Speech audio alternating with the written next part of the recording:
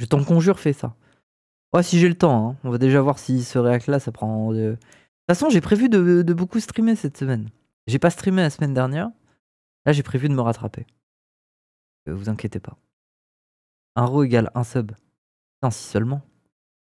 Seulement.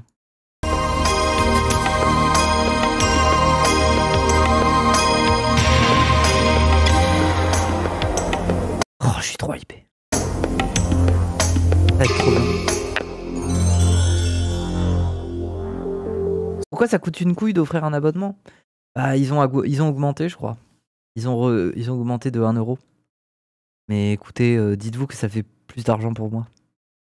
Sur cette chaîne, vous avez l'habitude c'est le but, non? Pardon. de voir beaucoup de mystères liés à Internet. Terry Davis, We Live in Public, le côté obscur des live streams. 10 euros l'abonnement, non, par contre. L'abonnement, là, il est à 4,90, non? Il est à 5 balles, là. Sur tel, c'est plus cher, faites gaffe. Oui, vous abonnez pas sur téléphone, c'est plus cher. Et en plus, c'est gaze, enfin, vous y gagnez rien, quoi. Ah non, j'ai plus d'argent, j'imagine, je sais pas. Mais le monde de la télévision possède lui aussi son lot de mystères inquiétants. Ah oui, dollar canadien, oui. Regardez. Obscur des live streams, mais le monde de la télévision possède lui aussi son lot de mystères inquiétants. Si Internet est un outil accessible à tous, où tout le monde peut créer son contenu, la télévision, quant à elle, est encadrée par des professionnels, ce qui peut donner l'impression que tout y est soigneusement contrôlé. Pourquoi Feldup? Pourquoi il est comme ça?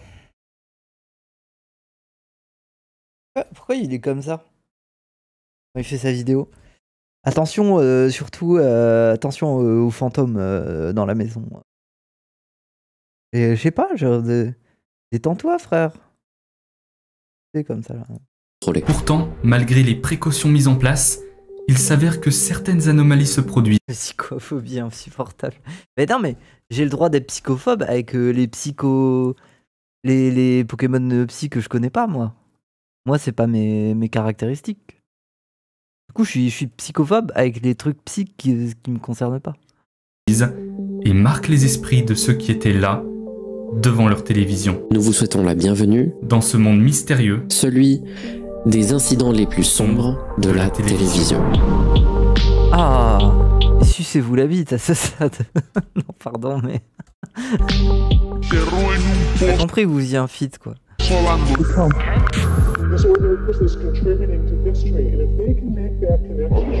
Non, en vrai, les gens, je rigole, mais la vidéo, elle me hype trop. Elle est trop bien.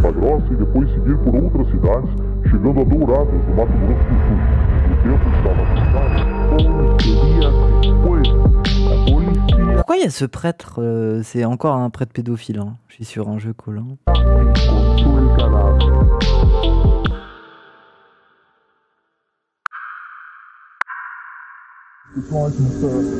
Putain, mais c'est horrible en fait. Je me rends compte, hein. Pour ça, vous les chrétiens, mais vous vous rendez compte quand même là?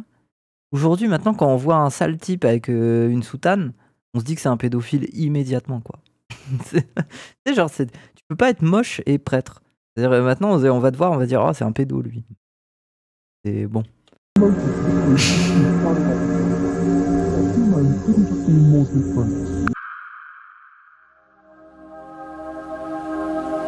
Pour cette première histoire, laissez-moi vous emmener dans un coin reculé du Royaume-Uni. Bienvenue à Buttsfield, un petit village de moins de 200 habitants, où les nuages semblent dominer le ciel toute la nuit. Buttsfield, genre la vallée des buttes. La vallée des bières bud. La vallée des... Le champ du cul. C'est un peu ça la traduction. Mais... Le champ du cul, quoi. Ce lieu est connu pour son atmosphère paisible et tranquille. Et c'est cul. En d'autres termes, Buttsfield, c'est l'endroit idéal pour ceux qui veulent échapper à l'agitation de la vie urbaine. En apparence, tout ici semble calme. Il manque juste un T, mais bon. Il manque juste un T. Tu as fait un jeu de mots, mais il manque une lettre, en fait. J'ai fait la traduction. Tu as manqué une lettre, ça ne marche pas. Et sans histoire. Pourtant, le 20 juin 1991, un événement tragique allait secouer ce village et être diffusé sur la télévision britannique. Mais avant ça, retournons dans le passé. Ok. 1989. Cette année-là, Albert Dryden, un habitant de Buttsfield, a un projet. Après avoir passé sa vie à travailler dans l'industrie sidérurgique et désormais à la retraite, il décide d'utiliser ses économies pour construire un bungalow destiné à loger sa mère pendant l'été. Putain, sa mère, elle est petite. C'est son bungalow, là. D'utiliser Sa mère, elle fait 1m20. Comment ça se passe? ses économies pour construire un bungalow Elle doit ramper dans le truc ou... destiné à loger sa mère pendant l'été. La première étape de son projet consiste à acheter un terrain, ce qu'il parvient à faire sans difficulté. Cependant, c'est la deuxième étape qui marquera le début des ennuis. Oui, elle est vraiment petite, la maison. En effet, pour entreprendre des travaux sur un terrain, même lorsque l'on en est le propriétaire, il est indispensable d'obtenir un permis de construire. Ok. Et ce permis, Albert ne réussit pas à l'obtenir. Ah ouais, et du coup, il s'en bat les couilles, il va le faire quand même, c'est ça, non? Pourtant, ce refus ne l'arrêtera pas dans sa volonté de mener à bien son projet. Il se met alors à travailler sans relâche, creusant d'abord un immense trou, à partir duquel il entame la construction de la maison qu'il appellera The Home in the Hole. Mais c'est la pire idée. Pourquoi faire un trou? D'après lui, cette approche Les seules personnes qui font ça, c'est dans 7 Days to Survive, quoi. C'est à part ça... permettrait de contourner le problème et de rendre sa construction légale, ce qui, évidemment, est faux. Ce projet devient rapidement une véritable obsession pour lui, si bien qu'il passe ses journées entières, du matin au soir, seul sur son chantier, à travailler inlassablement. Cependant, son stratagème ne restera pas secret bien longtemps. Derwenside. En avril 1980... Ah non, j'ai capté, il a fait la maison dans un trou. Que quand une voiture passe un peu au loin, elle voit pas forcément qu'il y a un truc construit. Ah Pour lui. Ouais, en mode il faut s'approcher pour la voir, c'est ça, non? Si bien qu'il passe ses journées entières, du matin au soir, seul sur son chantier, à travailler inlassablement. Ou alors c'est une strat. Genre tu peux faire un truc dans un trou. Cependant, son stratagème ne restera pas secret bien longtemps. Derwenside. En avril 1989, le service local chargé de faire respecter la réglementation sur les permis de construire s'intéresse au cas d'Albert Drayden. C'est Harry Collinson, un fonctionnaire qui est désigné pour représenter cette affaire et tenter de rétablir l'ordre. Il rédige alors une lettre ordonnant la destruction de la structure. Cependant, quand Albert la reçoit, il décide de faire appel au ministère de l'Environnement. En janvier 1990, une enquête est donc menée pour trancher entre les deux parties et le verdict sera rendu en faveur de Derwenside, ordonnant à Albert de démolir sa construction dans un délai de 3 mois. C'est bon, il est au milieu d'un champ, tu peux lui laisser sa maison, quoi. En plus, il fait ça pour sa mère, c'est ça, non? Non. L'affaire, de plus en plus médiatisée, attire l'attention des journalistes qui Non, la propriété... Il faut abolir la propriété privée, hein. Non mais c'est bon, j'en ai marre quoi quand je vois ça. Moi. Je peux plus. Je retourne sur le stream d'Anas Kazib, j'en ai marre. Commence à lui poser des questions et il devient rapidement évident qu'il n'a pas l'intention d'abandonner. Non. I might blow it down, dynamite it. Ah, il va la faire exploser avec sa mère. I'll blow it up. But the council won't have any hand in it. I'll do it myself. And there'll be a full coverage. Possédant un certain talent pour gagner du temps, Albert parvient à faire en sorte que, malgré l'échéance des 3 mois, la maison demeure toujours debout. En plus, elle est pas moche la maison là, avec les espèces de vitrages et tout là. Je sais pas si c'est des fenêtres ou si c'est des panneaux. Non, c'est des fenêtres, je pense. En réalité, Mais ça doit être beau à l'intérieur, tu dois avoir une belle lumière quoi. Restera encore longtemps, car c'est si moche. Oh là là, mais les gens... Ce n'est qu'en juin 1991 qu'un plan de démolition sera finalement mis en œuvre.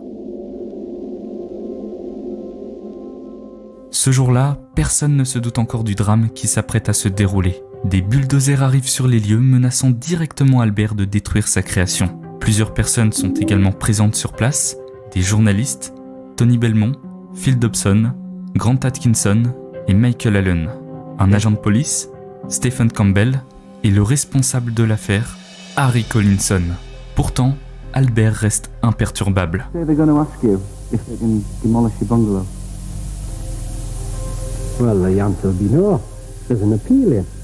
Ouh là là.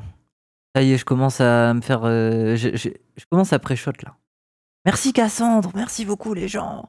Merci pour le raid Cassandre, ça va ou quoi? Ça va ou quoi les gens de chez Cassandre? Ça va bien ou quoi? Bon, stream de nuit, hein. J'essaye de pas trop faire de bruit non plus. Je veux pas déranger les voisins, mais oui. Ça va.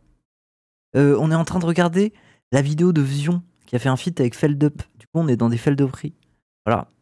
Ils ont eu un long tunnel chiant chez moi avant de venir chez toi. Ah non, mais putain, j'ai rajouté chiant alors que pas du tout. Putain, tu leur as fait un tunnel sur quoi? Bon, du coup, c'est pas forcément chiant, pardon. Oui.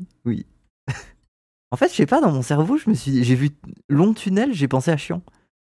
Merci, cher collègue. Pardon. Mais non, mais tes longs tunnels, je les aime bien, Cassandre. J'ai cru que c'était un. Mais non, mais. Non, mais entre collègues, on s'aime bien. Je suis une merde. Oh, bon, pardon. Bon, les gens, on regarde une vidéo de Feldup, mais dedans, il y a Vion. Enfin, je crois qu'ils s'alternent un sujet et l'autre, là. Et là, vous arrivez au début de la vidéo, on est sur le premier cas. Et c'est intéressant. En gros, c'est un mec sur un terrain agricole qui construit une maison pour sa mère dans un trou. Et en fait, bien évidemment, propriété privée existe. Ça me rend taré, quoi. Ça me donne envie de join RP. Mais il y a des démolisseurs qui vont arriver là pour détruire sa maison. Et il a dit qu'il laisserait pas les démolisseurs faire. Et du coup, ça a mal tourné, j'imagine, non? Je crois, hein. Je crois que c'est le principe de la vidéo, c'est que ça tourne mal, quoi. Oui.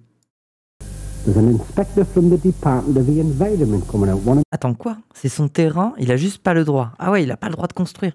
Oui, mais ça, c'est les terrains agricoles. Genre, les terrains agricoles, enfin, légalement, tu peux pas construire, en fait. C'est pas... Il y a des terrains constructibles, d'autres non, en fait. Mais bon. Moi, je trouve ça trop compliqué, hein. C'est vraiment Golemont. Enfin, globalement, tu peux construire une yourte sur un terrain agricole, on va rien te dire, quoi. Par contre, tu peux pas faire du dur. Un peu débile. There's an appeal here. There's an inspector from the Department of the Environment coming out, one of Mr. Heseltine's men, in 5 weeks' time. And I've told them, if the inspector makes a decision and it's got to come down, which will probably take 8 weeks from now, I'll take it down. What sort of resistance have you put? Ouais, en gros, il veut la détruire lui-même. Il veut pas que les gens la détruisent, il veut la détruire. This morning. And there's an appeal there, you see. It's all in order. And there's a letter from the solicitor, you see. And it's a bad job if they can't wait 5 weeks for the inspector to make his decision. That's all we want. Il affirme être dans son bon droit en montrant des lettres du ministère de l'Environnement qui, selon lui, soutiennent son appel, ce qui est bien évidemment faux. Ok. And there's an inspector coming out on this site without doubt.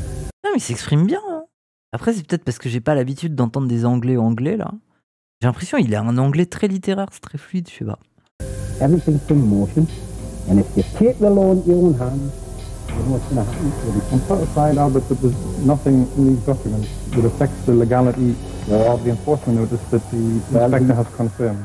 Face à l'incapacité de trouver un terrain Il d'entente, s'exprime calmement. En même temps, s'il y a un contexte où tu vas commencer à t'exprimer calmement, c'est quand il y a des huissiers et des journalistes devant toi, quoi. Je pense là, tu vas faire ton mieux pour... Tu vas parler le plus soutenu possible, hein.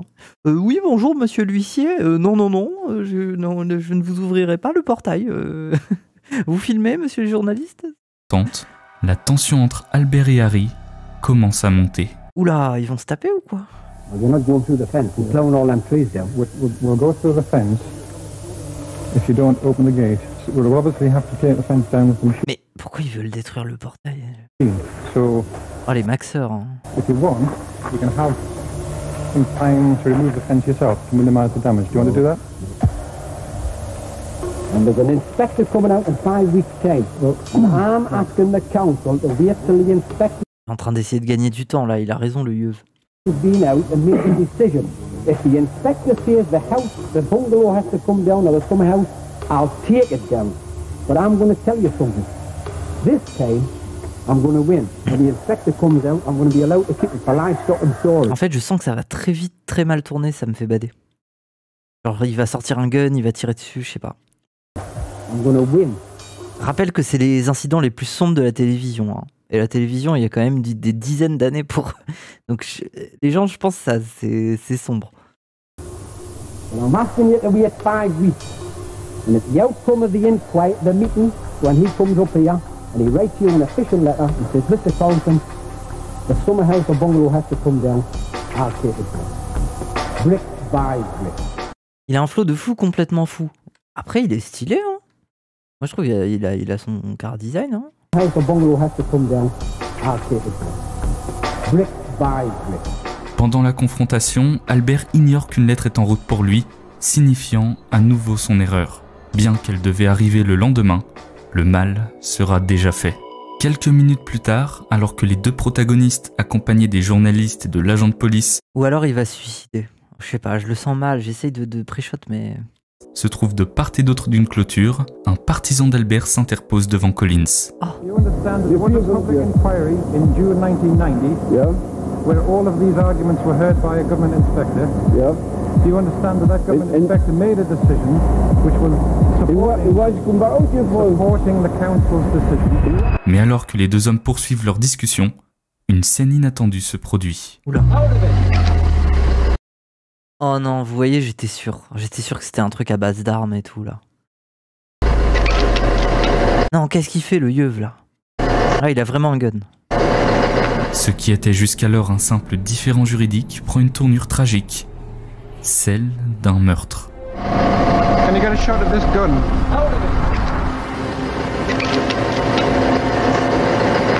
Il va le tuer? Oh, oh là là. Ce qui s'ensuit est une panique générale. As more shots were fired from a pistol, the camera crew and Look North reporter Tony Belmont ran for cover. Harry Collins, la cible principale de l'attaque, meurt sur le coup. Cependant, deux autres personnes sont également touchées, un des journalistes et l'agent de police qui parviendront à se remettre de leurs blessures. Albert est rapidement maîtrisé et sera emmené en garde à vue sous l'acclamation des habitants. Ah ouais, carrément. Ouais, tout le monde... Plus personne voulait de lui, hein, en fait. Hein. Le voyant comme un véritable héros, le félicitant d'avoir... Ah non, ah oui, ah non, ah oui, non, c'est l'inverse. Les gens, ils sont en mode tu es un héros, tu as buté un huissier. Non, c'est fascinant. On dirait un truc un peu poujadiste, un peu, quoi. Un genre d'événement poujadiste, je sais pas, c'est bizarre. Tenu tête au gouvernement. Une perquisition aura lieu à son domicile, mettant en lumière un arsenal complet d'armes à feu, dont faisait partie celle qu'il a utilisée. Ça applaudit, mais on oublie qu'un mec est dead. Après, c'était un huissier. Oh non, je suis une merde. Mais moi, j'ai grandi dans la peur des huissiers. Les gens, ça me fait bader. Un revolver Webley, la plus meurtrière. Il sera jugé 1 an plus tard et condamné à la prison à vie. En raison de problèmes de santé, il sera finalement libéré en octobre 2017 et passera sa dernière année dans une maison de soins avant de s'éteindre le matin du samedi 15 septembre. Il y a plus d'huissiers, bah, sympa qu'on ne le croit. Oui, c'est pas... Oui, bien sûr. Venir te dépouiller avec le sourire, quoi. Qu'il en soit, ce 20 juin 1991 restera à jamais gravé dans les mémoires et immortalisé comme l'un des événements les plus sombres, jamais capturé à la télévision. Ok. Non, bah oui. Bon là c'est Feldub j'imagine, non? Ghostwatch. Ah ouais, carrément il y a une mise en scène et tout là.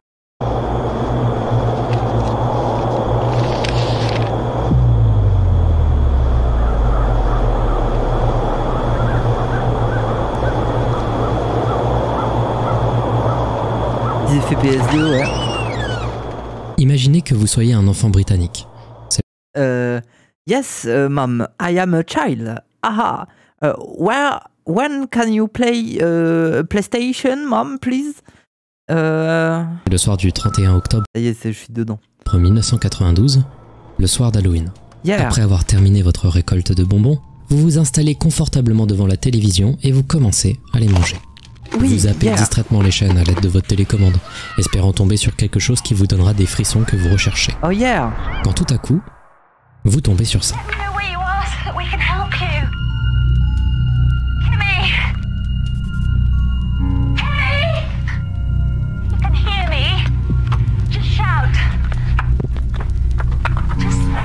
Encore un truc Adult Swim, hein.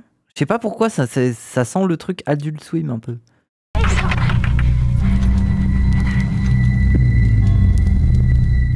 Vous avez l'impression de regarder une émission de type found footage, voire même un film, mais en même temps l'émission est présentée comme une émission en direct, notamment à cause de son rythme. C'est étrange, c'est un peu différent, donc vous décidez de rester. Au fur et à mesure de votre visionnage, vous comprenez que son but est de capturer des phénomènes paranormaux dans une maison apparemment hantée, située à Fox Hill Drive en Grande-Bretagne.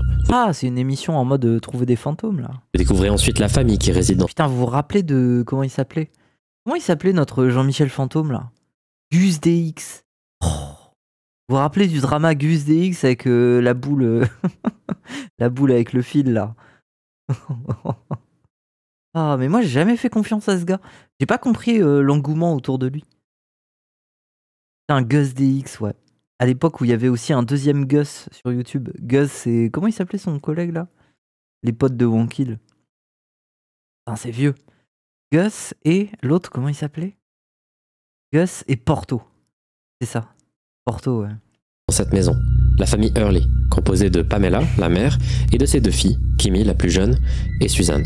Depuis plus d'1 an, leur habitation serait hantée par un esprit frappeur du nom de Mr. Merci Flora. 1 an. Ah ouais? Putain, oui, 1 an. Pipes, qui se manifesterait tout simplement en frappant contre les murs, et il aurait même possédé Suzanne. Face à l'escalade de ces événements terrifiants, et ayant peur que quelque chose de grave se passe, ils vont faire appel à l'émission Ghostwatch. L'objectif, c'est de capturer ces événements en direct et de prouver tout simplement qu'ils ne sont pas fous. L'émission Ghostwatch se déroule en 2 lieux distincts. D'une part, nous avons la maison supposément hantée, où se trouve la famille Hurley. Mais en fait, c'est vraiment Phasmophobia le jeu. Genre, il y a un camion à l'entrée, et tu dois entrer dedans et tout. Trop stylé.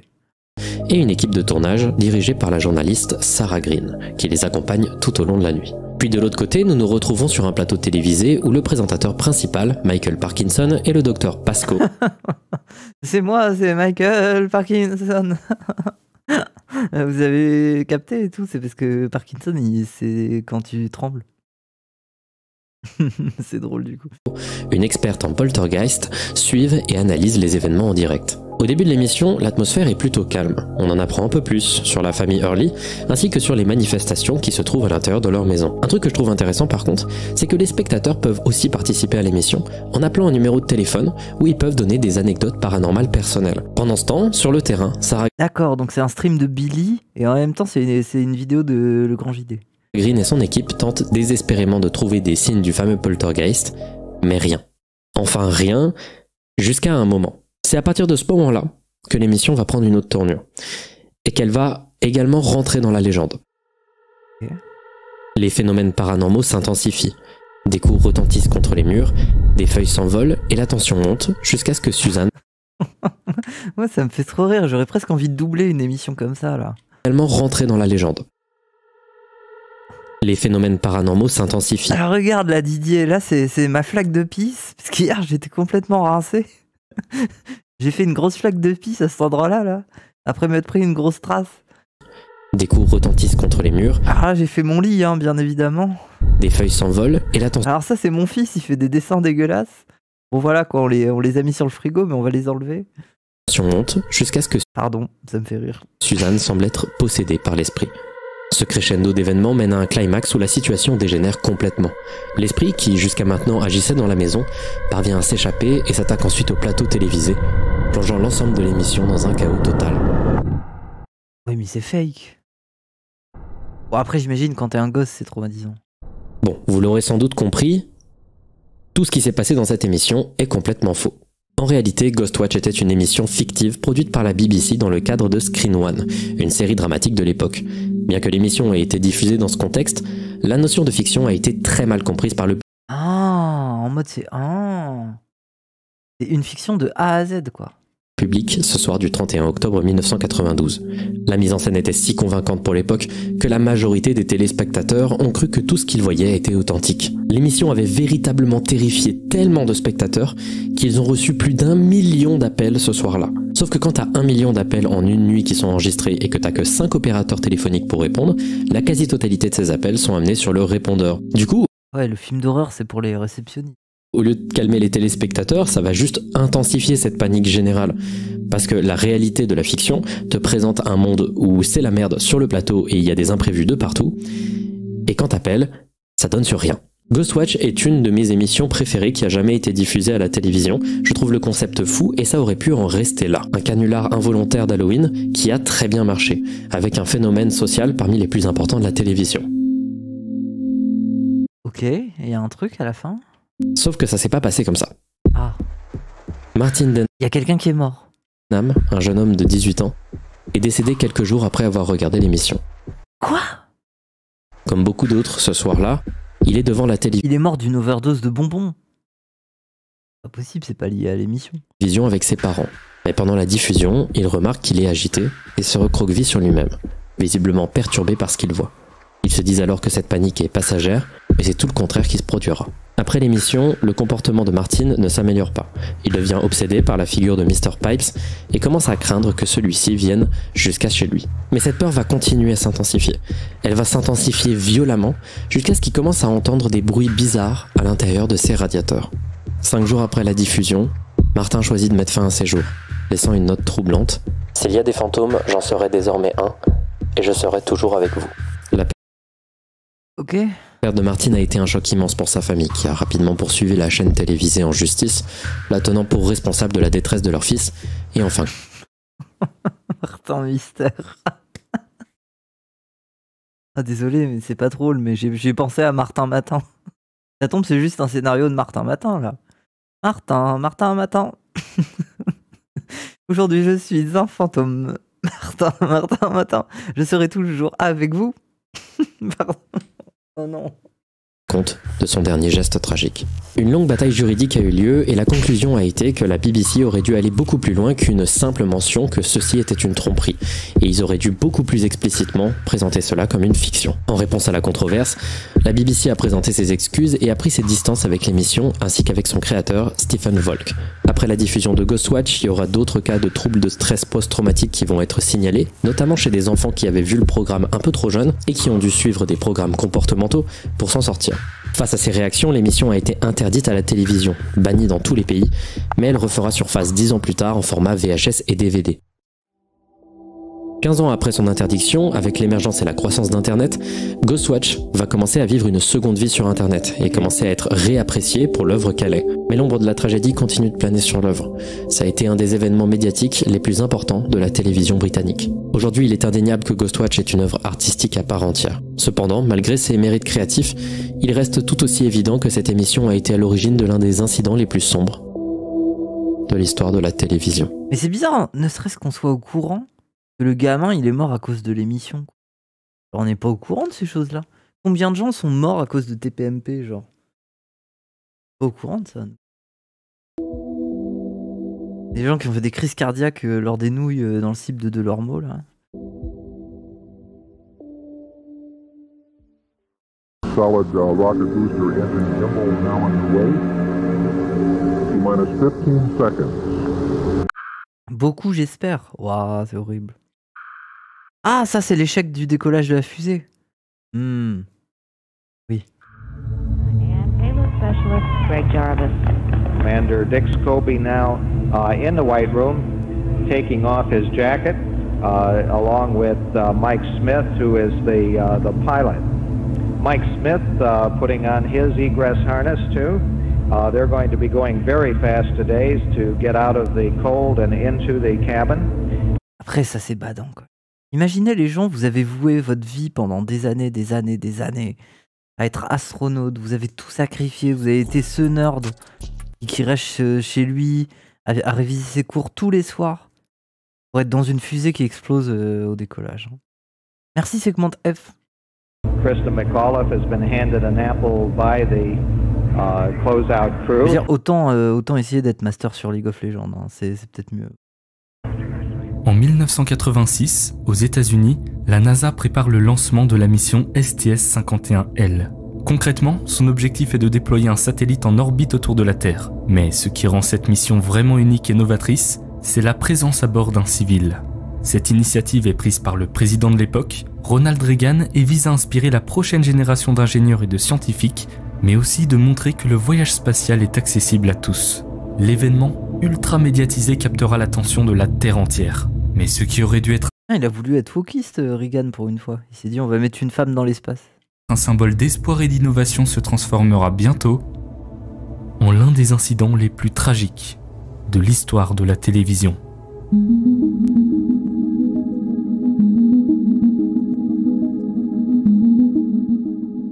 Deux ans avant le lancement, le programme de sélection est annoncé. Le civil qui montera à bord de la navette sera un enseignant. Les professeurs du pays tout entier se portent alors candidats pour ce projet unique, puisque pour chacun d'entre eux, devenir le symbole de l'exploration spatiale est un rêve. Un an après le lancement du programme, le nom du candidat sélectionné est enfin... Elle est morte devant ses élèves. Ah ouais. Ah putain. Elle était prof d'école, elle a dit à tous ses élèves « Vous me regarderez à la télé, je vais dans l'espace. Hein. » Tous les enfants, ils étaient en mode « Oui, regardez, c'est Madame Nana, elle est dans l'espace. » Elle meurt. Putain,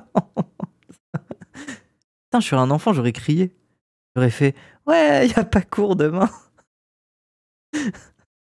Ouais. Enfin révélé. Sur les 11 500 candidatures reçues à travers les États-Unis, c'est Christa McAuliffe, une enseignante de lycée passionnée et dévouée, qui est choisie. Elle devra participer au programme Teacher in Space, une initiative ambitieuse de la NASA visant à donner des cours en direct depuis l'espace. Cours consistant à partager ses expériences et ses découvertes avec des millions d'élèves à travers le globe. Cependant, Christa ne sera pas seule dans cette aventure. Elle sera accompagnée de 6 astronautes chevronnés, chacun apportant son expertise et son expérience pour garantir le succès de la mission. C'est pour Christa McAuliffe le début d'une aventure extraordinaire, un rêve devenu réalité. Mais avant de s'envoler vers les étoiles, elle doit se soumettre à un entraînement intensif. Bien que la mission vise à montrer que les vols spatiaux peuvent être accessibles à tous, la préparation reste tout de même exigeante. Pendant des mois, Christa se plonge dans cet univers complexe, apprenant les bases de la navigation spatiale, les procédures d'urgence et la vie en milieu confiné. Tout cela est scrupuleusement documenté. Et à l'époque, les gens, il n'y avait pas de station spatiale internationale, non? C'est quand qu'elle a commencé à être mise en orbite? Chaque moment étant capturé par les caméras et diffusé au public avide de suivre son parcours. Les médias se passionnent pour cette histoire, transformant Christa en une véritable icône. Son enthousiasme est contagieux et lors de ses interviews, elle ne cache pas sa joie et son impatience à l'idée de participer à cette expérience unique. Il y avait Mir, c'est quoi?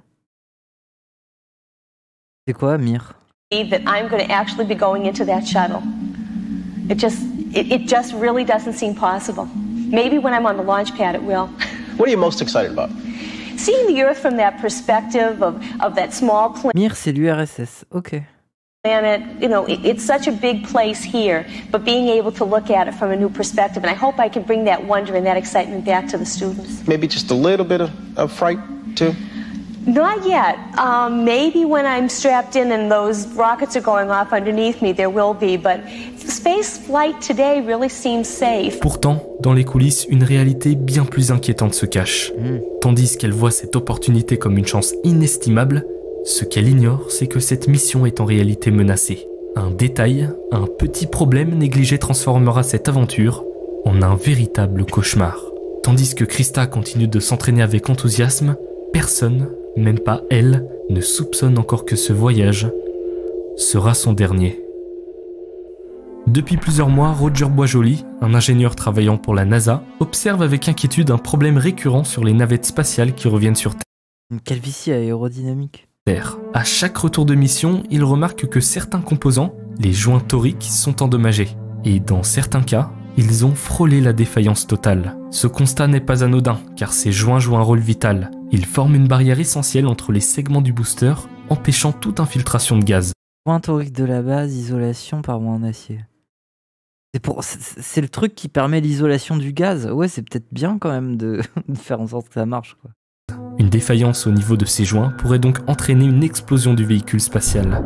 Conscient de la gravité de la situation, Roger Boisjoli ne reste pas les bras croisés. Il alerte immédiatement ses supérieurs, leur expliquant en détail les conséquences potentielles de cette défaillance. Et ils vont rien faire? Ils vont dire on s'en branle?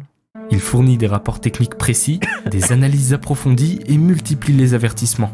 Pour lui, ce n'est pas simplement un problème insignifiant à corriger, mais une bombe à retardement qui pourrait exploser à tout moment. Mais à la NASA, le problème des joints toriques est relégué au second plan, considéré comme un souci parmi tant d'autres. Les responsables hiérarchiques, pressés par le calendrier serré des missions et les pressions budgétaires, choisissent d'ignorer ces avertissements. Pour eux, il s'agit d'une nuisance technique, certes, mais loin d'être une priorité. Les efforts de Roger Boisjoli pour faire prendre conscience du danger se heurtent à un mur d'indifférence bureaucratique. Il continue cependant d'insister, voyant à chaque retour de mission la même situation se reproduire. Des joints toriques endommagés, de plus en plus proches de la rupture. Ah, mais on dirait les gens, c'est les mêmes joints que les thermostats. Vous voyez? Genre quand vous avez un thermostat, vous devez le visser. Il y a des joints comme ça dessus. Malgré ces relances, ces mises en garde répétées restent lettre morte. Ce n'est que lorsque la navette Challenger s'apprête à décoller par un froid glacial, le 28 janvier 1986, que la tragédie devient inévitable. Le petit problème que la NASA avait choisi d'ignorer va se révéler dans toute son horreur, transformant une mission porteuse de tant d'espoir en l'une. C'est tout pareil. Du coup, c'est ça un joint torride. C'est ça. C'est l'espèce de joint pour garder la température. Pour ça, c'est torride à l'intérieur. Une des pires catastrophes enregistrées en direct à la télévision.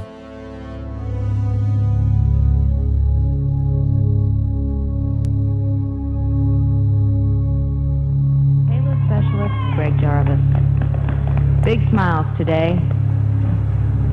Confidently getting into the van. He's going to go up to that pad and attempt a second try. Le 28 janvier 1986, l'excitation est à son comble. Des millions de personnes rivées à leur télévision s'apprêtent à vivre un moment historique. Parmi elles, des milliers d'élèves impatients attendent de voir leur enseignante, oh putain, quel enfer, Christa McAuliffe, s'envoler vers l'espace. Sur place, l'excitation est encore plus grande. Des centaines de personnes rassemblées sous un ciel clair mais glacial attendent. Dans ce groupe, 2 invités privilégiés se tiennent aux premières les parents. loges. Les parents de celle qui a eu l'honneur de faire partie de l'équipage. Ah non. En fait, ça me fait rire parce que je trouve ça tragiquement drôle, quoi. C'est-à-dire que toute la nation s'est mise sur un truc pour te voir mourir. Well, I am so excited to be here. We watched Columbia go over the Houston area this morning, and that was a thrill. I don't think any teacher has ever been more ready to have 2 lessons in my life. I've been preparing these since September, and I just hope everybody tunes in on day 4 now to watch the teacher teaching from space. I'd like to introduce to you someone who's going to be in my second lesson, Greg Jarvis, the payload specialist from Hughes. L'équipage échange ses dernières paroles, préparé à accomplir ce qui devrait... Merci Robert. Bonsoir et bonne vidéo à toi, merci. ...devrait être un exploit historique. On les voit ensuite savourer leur ultime repas sur Terre, avant de monter à bord de la navette pour le grand départ. C'est marrant, pour rentrer dans la navette, c'est un truc comme ça. On dirait que tu vas passer un scanner. Okay, that's complete. T-minus 7 minutes 30 seconds, and the ground launch sequencer has started retracting the orbiter crew access arm. Okay. This is the walkway used by the astronauts to climb in the vehicle, and that arm can be put back in place within about 15 to 20 seconds if an emergency should arise. Il fait 15 degrés de moins que la température la plus basse jamais enregistrée pour un lancement de navette, un facteur qui renforce les inquiétudes de Roger, se disant que cela pourrait bien être la goutte de trop. Effectivement, beau, hein. Il craint que les joints ne soient pas assez efficaces dans ces conditions extrêmes.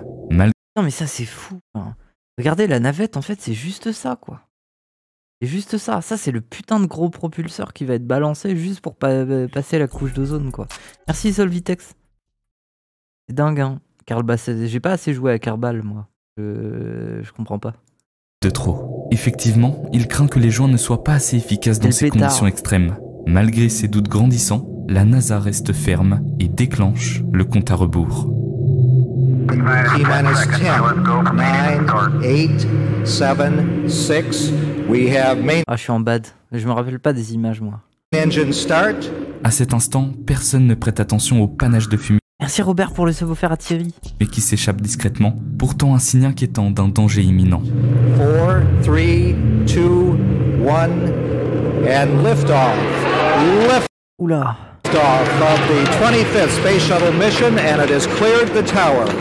Ça va exploser, ça va faire POW.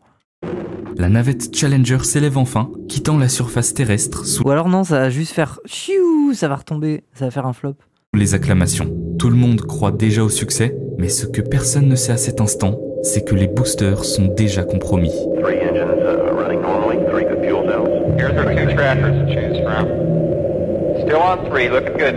Ah non, ça va exploser en vol. Un beau feu d'artifice. 56 secondes après le décollage, le premier joint est brûlé. Les gaz s'échappent en direction du second. 60 secondes. Le joint de secours cède. Des flammes apparaissent sur le propulseur droit. 64 secondes et 6 dixièmes. Le panache de flammes grandit brusquement, révélant une fuite de dihydrogène liquide. À ce stade, la situation semble encore normale pour les astronautes, les spectateurs et les contrôleurs de vol. 68 secondes. Dick Scobie, le commandant, reçoit l'ordre de passer à plein gaz. Il s'exécute. 72 secondes et 3 dixièmes. Le propulseur droit se détache du réservoir principal. Bah, s'ils arrivent à détacher le propulseur, c'est que ça va, non? 72 secondes et 5 dixièmes. Oula! Ouais, ça s'enchaîne là, ça devient rapide là. L'équipage ressent une violente secousse. 72 secondes et 9 dixièmes. Les instruments s'affolent, la pression d'hydrogène chute. 73 secondes et 12 centièmes. Le dôme arrière du réservoir Merci Juliette Lebranc. d'hydrogène se détache, percutant l'avant du réservoir d'oxygène. Le propulseur droit frappe la structure interréservoir. 73 secondes et 16 dixièmes. L'oxygène et l'hydrogène se rencontrent. Et c'est la fin. Waouh! Ah ouais, ça fait une explosion. Putain, c'est gros.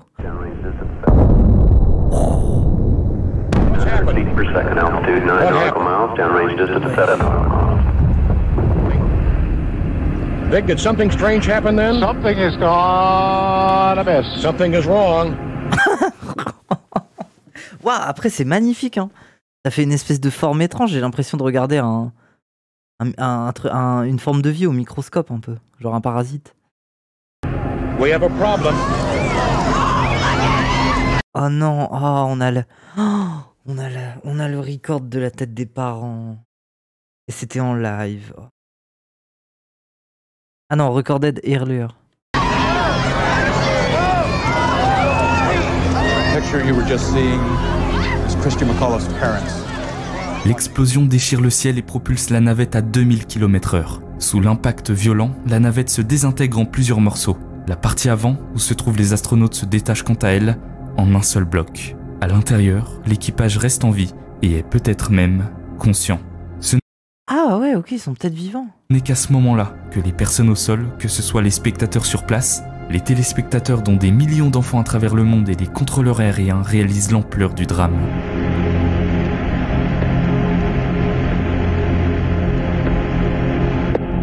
Ouais, c'est ma tête devant la vidéo.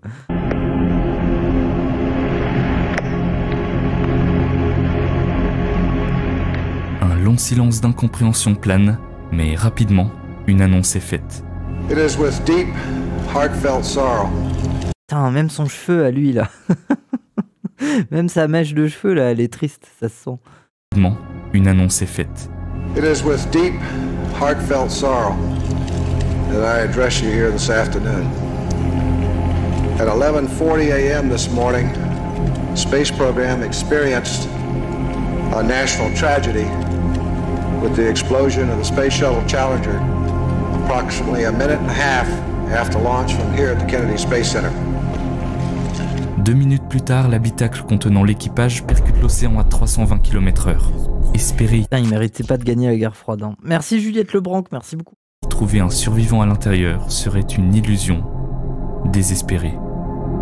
It is the worst disaster in the history of the American space program, and President Reagan has declared a week of mourning for the... Après, chais pour Reagan. Bien fait pour lui. Hein. 7 astronauts, 5 men and 2 women who lost their lives on their way into space this morning. Now we know that many of you have heard the news many hours ago and may even have seen some of our extended coverage this afternoon.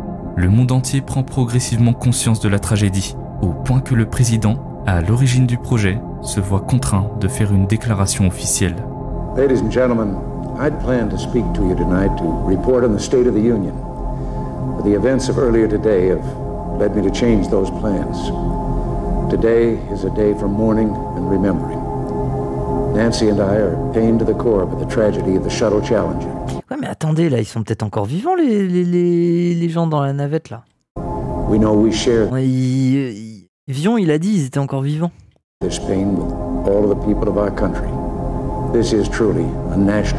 Non, mais ils sont morts de quoi? Ils sont morts au moment où ils sont tombés par terre ou 320 km/h à frapper l'océan? Oui, bah moi je suis déjà sauté d'un plongeoir de 10 mètres, j'ai survécu. Hein. Un problème, mais possible. 320 km sur l'océan. Bah c'est trop bien, c'est comme si t'étais Sonic.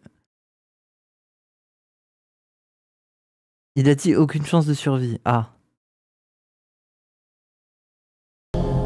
Des hommages seront rendus aux 7 membres de l'équipage. Concernant Krista, des milliers d'élèves lui écrivaient des lettres auparavant. Aujourd'hui, ils en écrivent une pour son mari. Cher Mr. Olive, j'espère que Sonic nage pas. C'est le perso le plus nul du monde. Le mec, sa faiblesse, c'est l'eau. qu'à l'avenir il y aura plus d'essais et de découvertes avec moins de problèmes. Votre femme était une femme brave et courageuse. Mes condoléances à vous et à votre famille avec tout mon respect. Maya. La navette Challenger, symbole de progrès et d'espoir, s'est désintégrée en plein vol, emportant avec elle les rêves d'une nation tout entière. Les enquêteurs ont travaillé sans relâche pour comprendre les causes profondes de l'accident, mettant en lumière la défaillance des joints toriques qui ont conduit à cette tragédie. Résultat, aucun coupable n'a réellement été désigné, montrant simplement bah oui, merde alors. On peut pas accuser les responsables, quoi. Un manque de communication entre les ingénieurs et la NASA. Cela a néanmoins permis d'engendrer des réformes majeures et une réévaluation des protocoles de Après c'est vrai, hein, au fond c'est la faute à personne, quoi. Sécurité. Quoi qu'il en soit, la mission STS-51L, plus communément désignée comme l'accident de la navette spatiale Challenger, restera à jamais l'un des incidents les plus traumatisants de l'histoire de la télévision.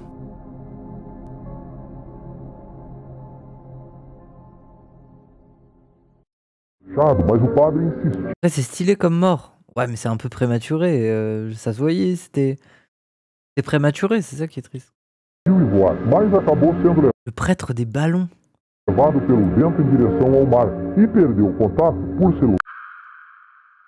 Si je vous montre cette image. Le débile, ah ouais? Vous allez probablement penser au film Là-haut. Attendez. C'est un prêtre, il s'est accroché à des ballons pour aller voir Dieu sous azote et il est tombé. C'est ça, non? Genre les ballons ils se sont percés dans l'atmosphère là, je sais pas quoi. Qui va vous ramener pas mal de souvenirs chaleureux et nostalgiques. Mais ici, l'histoire elle est tout autre. Et en l'occurrence, elle est beaucoup moins joyeuse. On est en 2003, au Brésil, à Paranagua. Durant l'année 2003, un homme du nom d'Adelir Antonio De Carli devient prêtre putain, il est en plein délire, hein, ça se voit. Hein. Catholique. Mais ce n'est que l'année suivante qu'il reprend une paroisse, la São Cristóvão Paranagua. C'est à cette époque également qu'il élabore un projet personnel. Observant qu'une aire de repos pour camionneurs se trouve à proximité de sa paroisse, il a une idée, améliorer cet espace en y construisant des chambres afin d'améliorer le repos des camionneurs et ainsi réduire le nombre d'accidents. En vrai, l'idée, elle est plus que louable. En vrai, une aire d'autoroute communiste un peu, non? Ouais, ça a l'air intéressant. Sauf que pour faire ça, il faut de l'argent. Et même s'il a déjà réussi à financer une partie, il lui en manque pas mal. C'est donc sous cette contrainte qu'il aura l'idée audacieuse d'organiser un événement spectaculaire diffusé à la télévision pour lancer un appel aux dons. Effectivement, Adelir, malgré ses apparences, est en fait un parachutiste. Je sais. Et ça explique pourquoi il se lance un défi, celui de battre le record du vol le plus long en ballon hélium, qui s'élève à cette époque à 20 heures. Alors, je sais ce que vous allez dire. Ça pue un peu comme idée. Oui. Mais il n'est pas complètement inconscient, Adelir. Avant de relever le défi, il suit rigoureusement des formations en survie et en technique de vie en milieu sauvage. Il réalise également un premier vol d'essai qui se révèle être un succès. Le 13 janvier 2008, durant 4 heures, il parcourt 25 km et atteint une altitude de plus de 5300 mètres. Et on arrive à la date du 20 avril 2008. Ok, donc il a quand même réussi à faire un truc ouf avant. Hein. Bonsoir Moufette, je dois absolument me réveiller dans 1h30 pour pas rater mon avion. Je vais laisser ton live.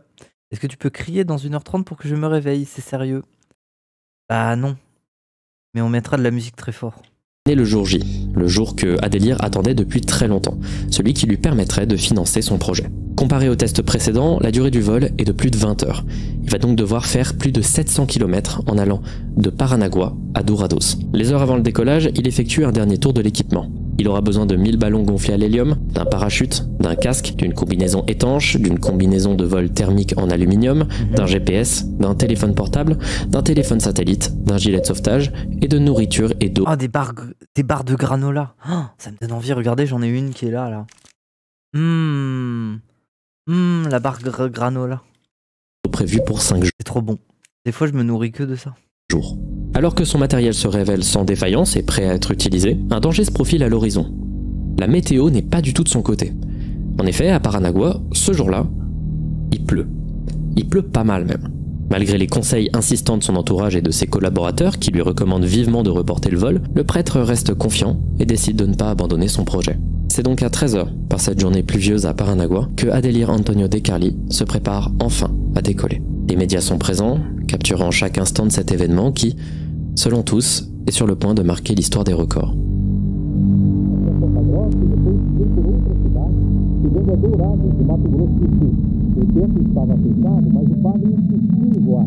Incroyable. Ça y est, le moment tant attendu a enfin débuté. Adelir prend son envol. Quelques minutes après le décollage, il entre en contact... Ah mais c'est vraiment un sacré délire tout ça, non? On a une clope.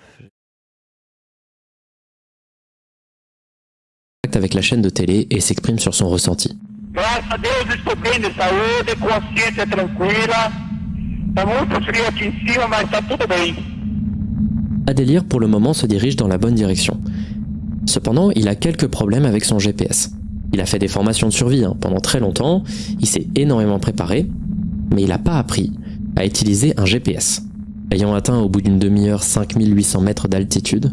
Mais attends, mais comment il peut se diriger? Un GPS, mais à quoi ça lui sert? Genre, il contrôle pas les ballons, quoi. Adelir se retrouve seul, en plein milieu d'une épaisse couche de nuages, sans savoir où il se situe exactement, ni vers où il se dirige. Plus tard, un autre... Oui, mais en fait, pourquoi il aurait besoin d'un GPS quand la boussole dans la vie, c'est Dieu?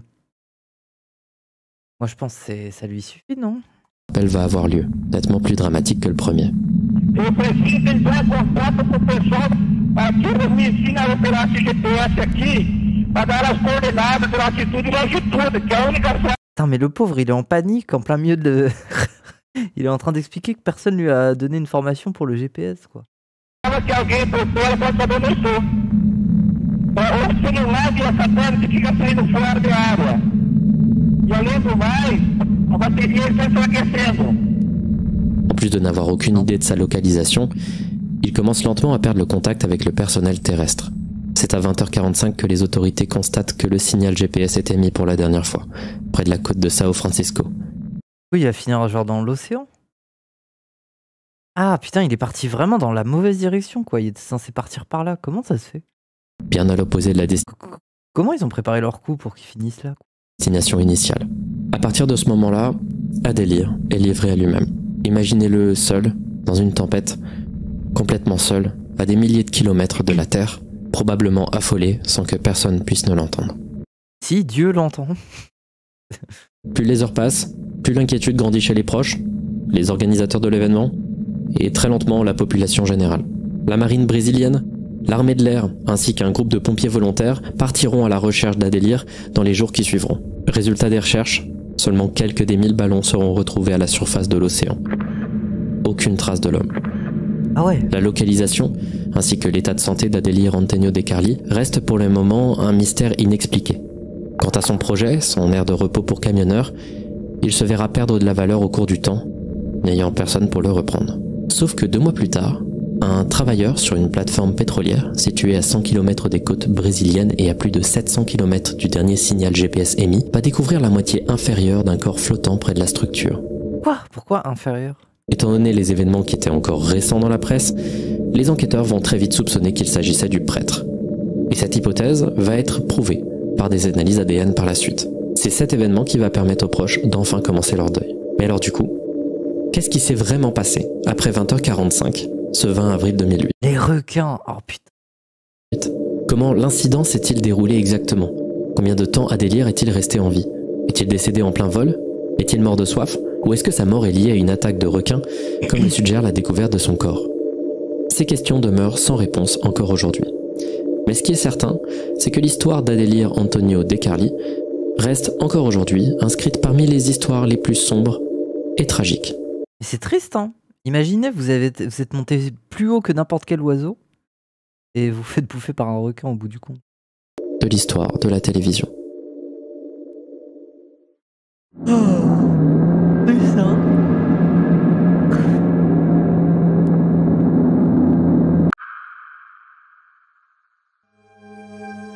En 1955, Jim Jones, un prédicateur originaire de l'Indiana, oula, il a une sale tête lui, fonde une organisation religieuse appelée le Temple du Peuple. Robespierre. Le 18 novembre 1978, il sera à l'origine de l'une des tragédies les plus traumatisantes, filmée par des caméras. Depuis sa création en 1955, le Temple du Peuple a connu de nombreux changements. Initialement installé à Indianapolis, Jim Jones a déplacé sa communauté plusieurs fois aux États-Unis, notamment en Californie, à Ukiah et à San Francisco. Au début, l'organisation prônait l'égalité, l'entraide et la justice sociale, attirant de nombreux adeptes, surtout des personnes marginalisées. Le temple se distinguait par son engagement pour l'intégration raciale et offrait un soutien social, des repas et un logement aux plus démunis. Jusque-là, ça a l'air basé un peu. Grâce à ses discours inspirants et prometteurs, Jim Jones a réussi à recruter des milliers de fidèles. Cependant, avec le temps, le côté sombre de Jones s'est révélé. Derrière cette façade de pédophile, hein, c'est sûr, non ? De bienveillance se cachait en fait un environnement de manipulation et de contrôle psychologique. Jones exigeait une loyauté absolue de ses membres, les isolant de leur famille et exerçant une surveillance constante. Il utilisait la peur, les menaces et parfois la violence pour maintenir son emprise. Le massacre de Guyane. Ah, c'est ce truc-là, là. Où il voulait faire un suicide collectif avec une espèce de yaourt, là, je sais plus quoi. Les nuits blanches étaient régulièrement organisées, au cours desquelles les membres subissaient des tests de loyauté et étaient encouragés à se dénoncer les uns les autres. Avec l'augmentation des accusations de mauvais traitement et de manipulation, la couverture médiatique autour du temple a grandi, mettant en lumière des abus physiques et psychologiques. Pour échapper à cette attention et aux enquêtes, Jim Jones a décidé de déplacer sa communauté en Guyana le 1er août 1977, où il a fondé Johnstown, une colonie isolée. Ouais, c'est ça. De plus de 900 membres. À Johnstown, les conditions de vie sont Oui, c'est infernal, hein, cette histoire-là. Rapidement devenues insoutenables. Les adeptes étaient épuisés par le travail intense nécessaire pour construire la colonie, manquaient de ressources essentielles et subissaient un contrôle encore plus strict de Jones. Pour convaincre ses fidèles de le suivre dans ce lieu reculé, il alimentait une théorie du complot affirmant que la CIA persécutait la secte et que les articles de presse étaient manipulés par des chrétiens américains racistes. Ce qui avait commencé comme un mouvement prônant l'égalité et la justice sociale est ainsi devenu une secte autoritaire marquée par la manipulation et la violence, conduisant à la tragédie du 18 novembre 1978.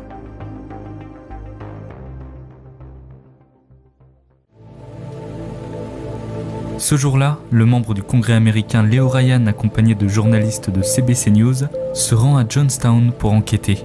Bien que la secte se soit déplacée dans un endroit isolé, des rumeurs préoccupantes ont commencé à circuler et avec une majorité de ressortissants américains présents dans la colonie, les autorités se sentent obligées d'agir. Les caméramans documentent chaque étape de la mission, filmant dès l'embarquement à quelques minutes de vol de Johnstown. Les images montrent les familles leur disant au revoir, sans savoir ce qui les attend réellement. Après environ 10 minutes de film, Leo Ryan et son équipe montent à bord de 2 avions, prêts à affronter l'inconnu.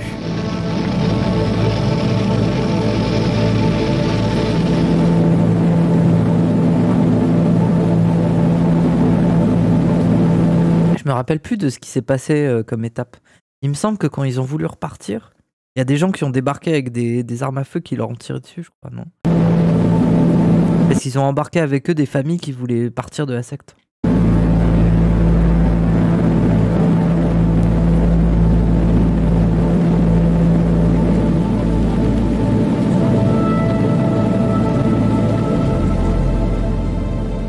Peu de temps après, les voyageurs aperçoivent les bâtiments de la colonie, sans savoir qu'ils vivent leur dernier moment.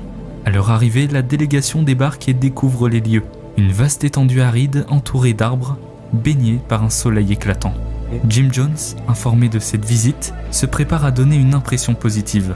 Pour cela, il organise le soir même une petite fête avec des performances musicales, créant une atmosphère festive pour montrer que tout se passe bien à Johnstown. Il se montre alors coopératif, accepte d'être filmé et interviewé, tout comme ses adeptes. Lors des premières interviews, les familles manipulées mentalement et craintives à l'idée de défier leur leader affirment que tout est parfaitement normal. Ah, c'est pas la tête de quelqu'un qui vit quelque chose de normal là. You happy here? Oh gosh, it's never been any happier in my life. Definitely. I certainly do. I like this place much better and I won't want to go back there. I just like to be here with the rest of my friends and stuff. You're convinced that Jim Jones is a good man? Definitely, I should say so. Yes. I'm 27 years old, black, free, and I make my own choices. And I definitely think Jim Jones is a beautiful, he's got more character than I've ever seen on anyone. I respect him very, very much. I'm very happy here. I don't know what else I can do to convince him. I've talked to my brother. Aucun d'entre eux ne sourit. Several hours now.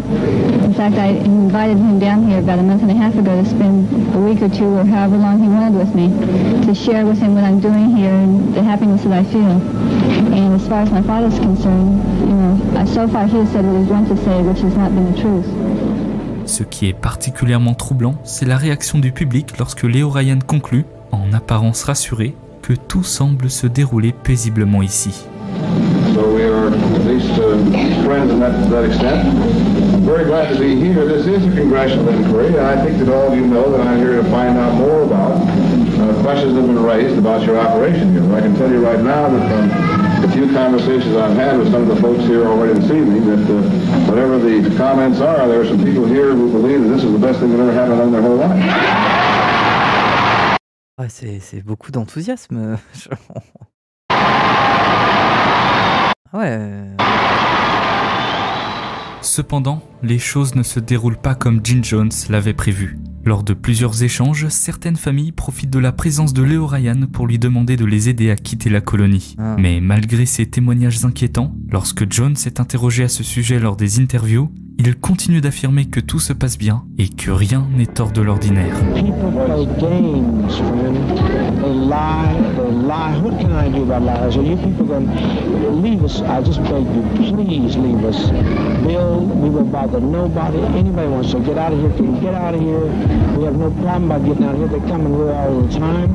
Craignant que les familles ayant exprimé des critiques sur Jonestown ne subissent des représailles, Ryan et son équipe décident, au moment de leur départ, de les faire partir discrètement avec eux. Ok.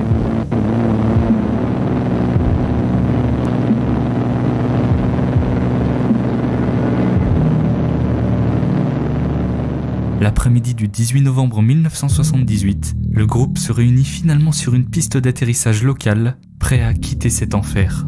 Mais alors que les l'avion il est petit, non? deux avions se préparent au décollage, Ah oui, voilà, il y a un plus gros avion. un camion Benz surgit soudainement, venant à toute vitesse en provenance de la colonie. À son bord, plusieurs hommes armés envoyés par Jim sautent du véhicule et ouvrent le feu.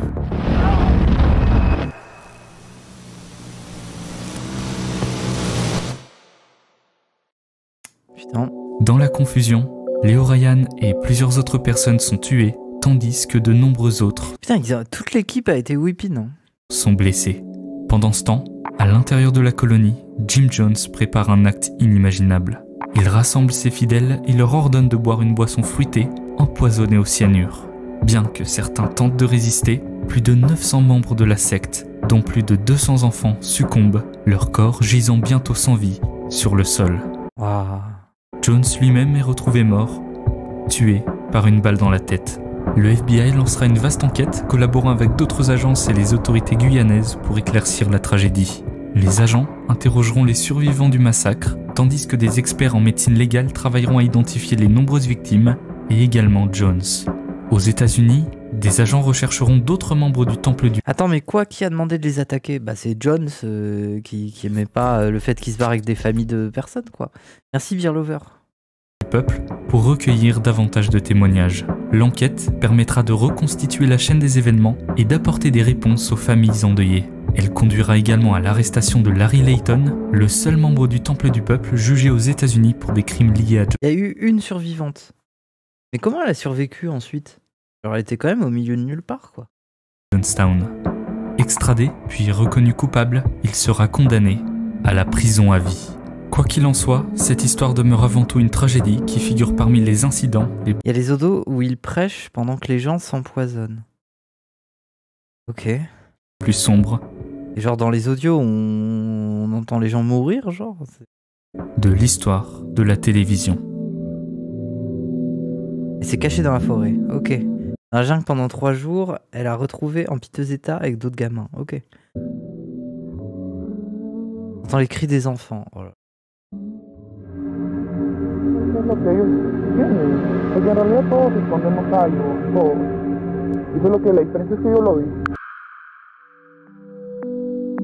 On a tous déjà au moins regardé un jeu télévisé. En France, on compte parmi les plus emblématiques La Roue de la Fortune, Oui. Le Juste Prix, Les 12 coups de midi, Ninja Warrior ou encore Qui veut gagner des millions. Ninja Warrior. Généralement, quand les gens regardent ce genre d'émission, c'est pour se divertir. Et Interville, on a oublié la meilleure émission. C'est pas pour rien que ces émissions arrivent en général autour de la fin d'après-midi quand on revient des Pourquoi on fait plus ça, nous? Ouais, Interville avec la vachette et tout. cours ou du travail. Mais plus on regarde ce genre d'émission, plus on réalise à quel point c'est superficiel. L'ambiance est idyllique, tout est joyeux, les couleurs sont super vives. Avec ce cadre parfait, l'objectif est clair, il faut nous extraire de notre quotidien. Mais l'émission dont nous allons parler aujourd'hui se situe à l'opposé de tout ça. The Moment of Truth. J'ai déjà été dans le public d'Interville, putain bâtard. C'est trop stylé. Ça devait être trop bien. Pauvre vachette. Oui, à la limite. Mais l'émission, elle était bien. C'est un jeu télévisé qui a vu le jour en Colombie en 2007. Son principe est assez simple. Un ou une participante doit répondre à des questions de plus en plus personnelles et gênantes. Le tout sous les yeux de sa famille et avec l'aide d'un détecteur de mensonges. Plus ce participant répond aux questions en disant la vérité, plus il remporte des gains. C'est un concept d'émission dangereux. L'objectif de l'émission est donc clair, créer des situations dramatiques, provoquer des réactions fortes, et tout ça, ça lui a valu un énorme succès dans le monde de la télévision. Ce succès a permis aux producteurs d'exporter le concept dans 46 autres pays, dont le Pérou, où se situe notre histoire. Ok. Le 12 juillet 2012 marque le lancement de El Vador de la Verdad À poser des questions en mode êtes-vous homosexuel? à Lima, la capitale du Pérou. Cette nouvelle édition est présentée par Beto Ortiz, qui est une grosse tête dans ce milieu puisqu'il a été élu depuis quelques temps déjà comme le présentateur de télévision le plus puissant du pays. Ce qui veut dire que, automatiquement, cet événement est particulièrement attendu chez les Péruviens. Parmi les participants du premier épisode, il y a une jeune femme de 19 ans, Ruth Talia Sayas. Désolé d'avance pour les prononciations. Ruth Talia Sayas. Elle est accompagnée de ses parents, Leoncio et Vilma, ainsi que de son petit ami, Brian Romero Leiva. La famille Sayas vient d'un quartier modeste de Lima. Les parents ont un groupe de chant et organisent des représentations dans les quartiers les plus défavorisés de la capitale. Puis en parallèle, ils vendent aussi des fruits. Tout ça pour un revenu plutôt modeste. Donc pour eux, participer à cette émission représente une vraie opportunité de gagner rapidement et facilement une somme d'argent conséquente. Et ça permet également à leur fille de concrétiser un de ses projets, celui d'ouvrir un salon de coiffure. Ok, c'est genre la famille qui va s'énerver parce qu'elle va perdre, genre. ¿O quieres arriesgarlos y responderme 3 preguntas más por 15.000 soles? Elle a l'air à l'aise déjà, hein. Casi no pude escuchar. Mais dès le début de l'émission, on peut déjà sentir les accompagnateurs stressés. Stressés par rapport à ce que Ruth pourrait bien leur avouer. Ok. Mais elle se lance. Les premières questions du présentateur sont légères, voire même plutôt innocentes, comme par exemple « As-tu déjà séché les cours ?» ou alors si tu tombais sur 1000 soles, est-ce que tu les rendrais ?» Pourtant, petit à petit, l'atmosphère devient de plus en plus tendue. Mais après c'est bien ce genre d'émission parce qu'il n'y a pas de mauvaises réponses.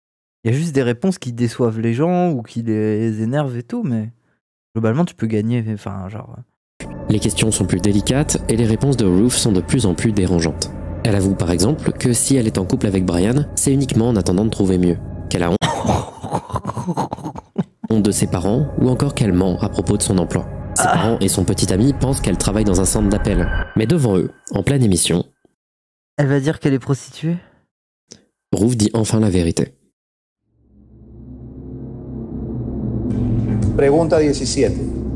¿Trabajas en un nightclub? Sí. Verdad.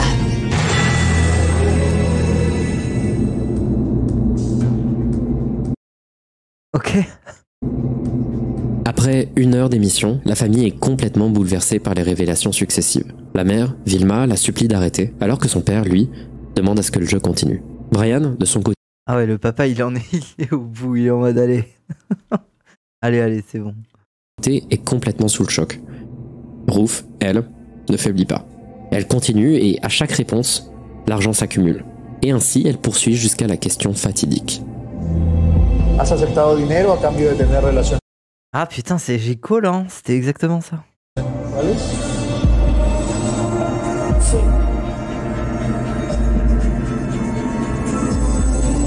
La respuesta es...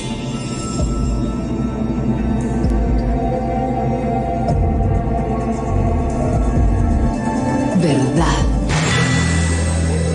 Ruth repartira Oh la tête. de l'émission avec 15 000 soles, l'équivalent de 10 mois de salaire pour une personne vivant à Lima. À partir de ce moment-là, la famille est complètement dévastée. Mais après, faire ça pour 10 mois de salaire, oh, miskin, hein. Est-ce que ça vaut le coup Ruth a obtenu ce qu'elle voulait, c'est-à-dire l'argent nécessaire pour poursuivre sa vie. Du côté de la production, c'est un succès inespéré. L'émission fait des scores incroyables et dépasse énormément de grands noms de la télévision péruvienne. Quelques jours après la diffusion, une chaîne de télé organise même une sorte de petite interview dans laquelle Ruth donne plus d'explications sur la nature de sa relation avec Brian. Sinceramente. Oh, c'est trop badant. ¿Tú lo amas? No. La verdad. Wow, c'est trop badant. Trop badant. Lo amas. Acá no va a sonar la respuesta, no hay polígrafo. No, como te dije, ya tenía problemas con él, el amor ya se estaba muriendo. Alors que la jeune fille semble démarrer une véritable carrière de star au Pérou, pour la famille, tout ça tourne véritablement au cauchemar. Il vaut se prostituer que d'être flic. Oui, on a compris, basé girl boss, hein, c'est bon. Hein. On est au Pérou, on est dans les années 90, je sais pas là, et c'est bon. Hein. Leur fille devient un sujet de conversation dans tout le pays, faisant les gros titres des journaux. Dans son quartier, elle est la cible de honte et de critiques, au point qu'elle n'ose même plus sortir de chez elle. Carrément, il y a Slenderman derrière lui là. À cette période, sa mère confie que Ruth commence déjà à envisager la mort. Comme si ce n'était pas suffisant, elle... Il y a une raison pourquoi elle a dit ça. Mais t'as pas compris le concept de l'émission, c'est un détecteur de vérité, de mensonges là, et elle est obligée de dire la vérité pour gagner. Dans son quartier, elle est la cible de honte et de critiques, au point qu'elle n'ose même plus sortir de chez elle. À cette période, sa mère confie que Ruth commence déjà à envisager la mort. Comme si ce n'était pas suffisant, elle devient la cible de cambriolages, dont un où quelqu'un va lui subtiliser son ordinateur, probablement dans l'objectif de subtiliser ses gains. Quant à Brian, de son côté, il subit également de lourdes conséquences. Évidemment, tout le monde le considère un peu comme le cocu, ce qui, dans la culture... Les émissions et malsaines, ça digue tellement loin dans la vie privée des gens. Ouais, mais après, pour qu'ils aillent jusqu'à des questions comme ça très précises, c'est qu'ils ont déjà un pitch. C'est pas possible autrement. Genre, comment t'en arrives à poser la question exacte en mode est-ce que tu as fait la pute, quoi? Elle a dû leur donner des infos, non? Je sais pas. Je sais pas. La culture péruvienne est une honte absolue. Bref, c'est un désastre pour tout le monde, cette émission. Et en vrai, tout aurait pu en rester là. On pourrait penser qu'il s'agit simplement d'un énième scandale télévisé avec son lot de drama, comme on en voit passer souvent. Sauf que non. Cette fois-ci, les choses vont aller... Ils font la même aux USA avec qui est le vrai père. Ah oui, mais attendez. Ça me donne envie de revoir ce truc là. Who is the father? Mario. Mon seul plaisir. When it comes to 1-year-old Dante, Pierre, you are the father.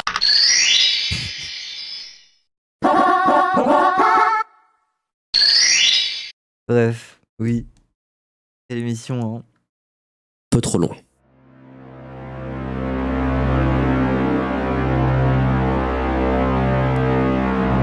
Ce matin-là, putain, encore un 11 septembre. En se réveillant, Leoncio et Vilma remarquent que leur fille Ruth Talia n'est pas rentrée depuis la veille. C'est une situation inhabituelle car elle ne passait jamais la nuit dehors sans prévenir. Eva, la sœur de Ruth, prend les choses en main et contacte les amis avec qui Ruth était la veille. Il lui explique alors l'avoir vue au téléphone avec Brian avant de s'en aller.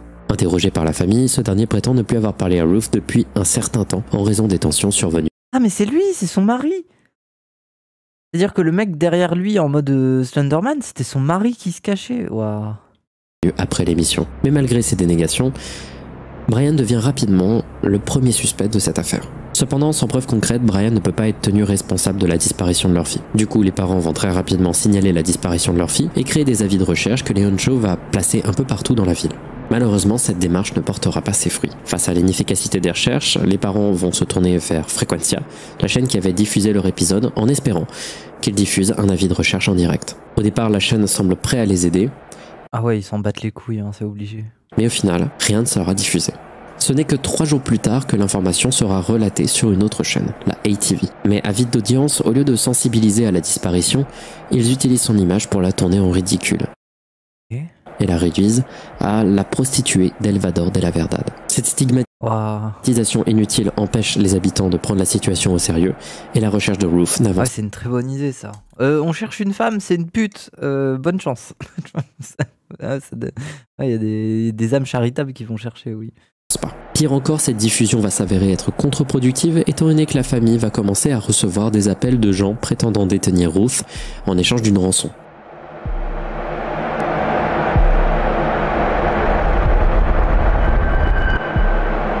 Brian Romero y su tío Reddy Lane fueron hallados culpables del delito de robo agravado.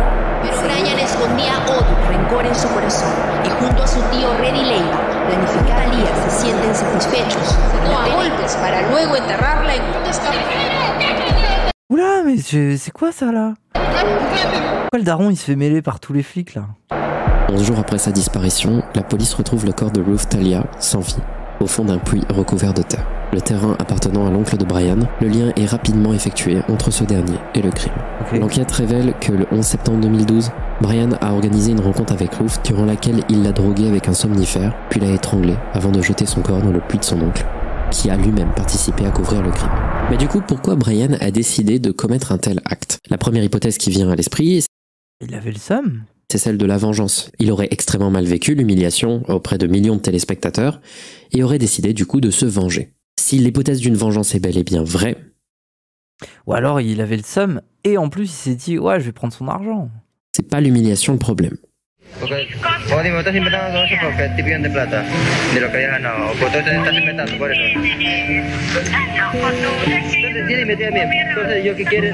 En réalité, Ruth et Brian avaient conclu un accord avant la participation à l'émission. Si Ruth remportait de l'argent, elle devait lui donner 50% de ses gains. Cependant, après l'émission, Ruth a rompu cet accord et a cessé tout contact avec Brian. Frustré par la situation, Brian a organisé un cambriolage chez elle. En gros, le pire dans l'histoire, c'est que c'est son mari qui l'a prostituée. D'après pas mal de sources de là-bas. Ok. C'est sombre. Pour obtenir son ordinateur et trouver un moyen de se virer l'argent. Tout ça sans succès. Ne pouvant accéder à l'argent de cette manière, Brian a alors planifié un enlèvement pour lui extorquer ses informations bancaires. Ruth a refusé de coopérer et a déclenché la fureur de son ex-petit copain, qui est finalement passé à l'acte, commettant son meurtre. Et au cas où, si c'est pas déjà clair, certes c'est pas sympa d'arnaquer quelqu'un, c'est encore pire d'organiser un enlèvement et un meurtre. Je pense pas que ce soit obligé de le dire. Brian et son oncle, forcés d'avouer le meurtre, subiront un procès 2 ans plus tard en 2014, durant lequel ils seront condamnés à la réclusion à perpétuité. Quant au jeu télévisé, il va continuer à offrir des épisodes aux spectateurs pendant des années jusqu'en 2020, mais cette fois-ci avec des célébrités pour éviter ce genre de problème. Même si les producteurs ne sont pas directement responsables de ce qui s'est passé ensuite, l'histoire de Ruth Talia Zayas fait désormais partie des incidents les plus sombres de l'histoire de la télévision. Oui, c'est sombre. Ok. Bon bah c'était chill hein, comme vidéo en vrai. Le petit fils de Vion Feldup. C'est badant, oui, mais c'est l'histoire badante, oui. Oui, horrible, oui, oui. Quand même leur fit. Trop fort Feldup. Oui, mais c'est Vion là. Enfin, c'est Feldup aussi, mais oui. Oui. Un fit au sommet. Je me lasse pas de Feldup. Oui. Très bon youtubeur.